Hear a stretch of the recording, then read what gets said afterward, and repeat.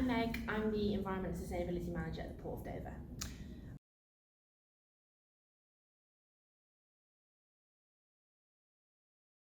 Yeah, so it's looking at mainly our kind of ferry business, so looking at those ferries that go between Dover, Calais, Dover, Dunkirk, and we really investigate the feasibility of that becoming a green corridor.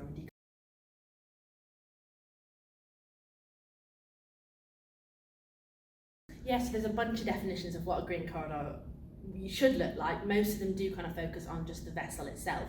We kind of wanted to take it that little bit step further and look at the actual port operations on both ends, also decarbonising, and then extending that into the land as far as we can. So the things that travel on those ferries, such as the HGVs, the tourist cars, the coaches. I mean, that's incredible. You said something that you'd reduced Scope 1 emissions by more than 90%. Yeah, so our Port of Dover's Scope 1 and 2 emissions we've been able to reduce since 96%.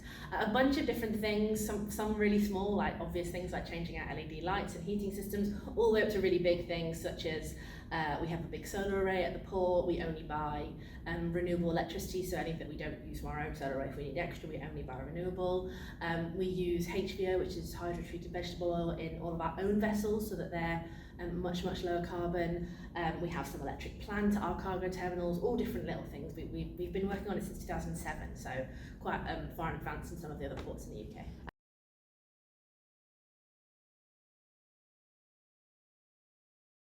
Yeah, so we make all of this information publicly available every year on our website for anyone to go and have a look at, public as well as not just the ports, because I know a lot of the community around Dover really care about that. But we also do, speaking at conferences like this is a brilliant way to share with other ports what we're doing, as well as learn from other ports what they're doing.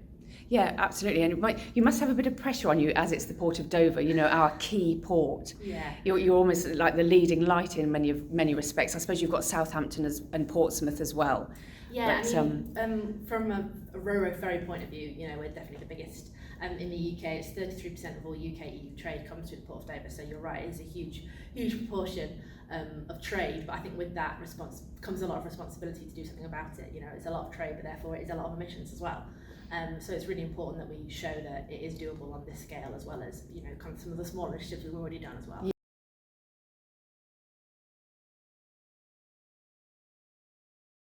It's definitely an unusual concept, something you don't hear that often, but I would have to agree. I think in the UK we are a little bit further behind than Europe when it comes to these kind of regulations, and because we have this huge, the main issue that you hear most people talk about really is the kind of the price point of these alternative fuels, whatever they might be. For us it's electricity, but there are others.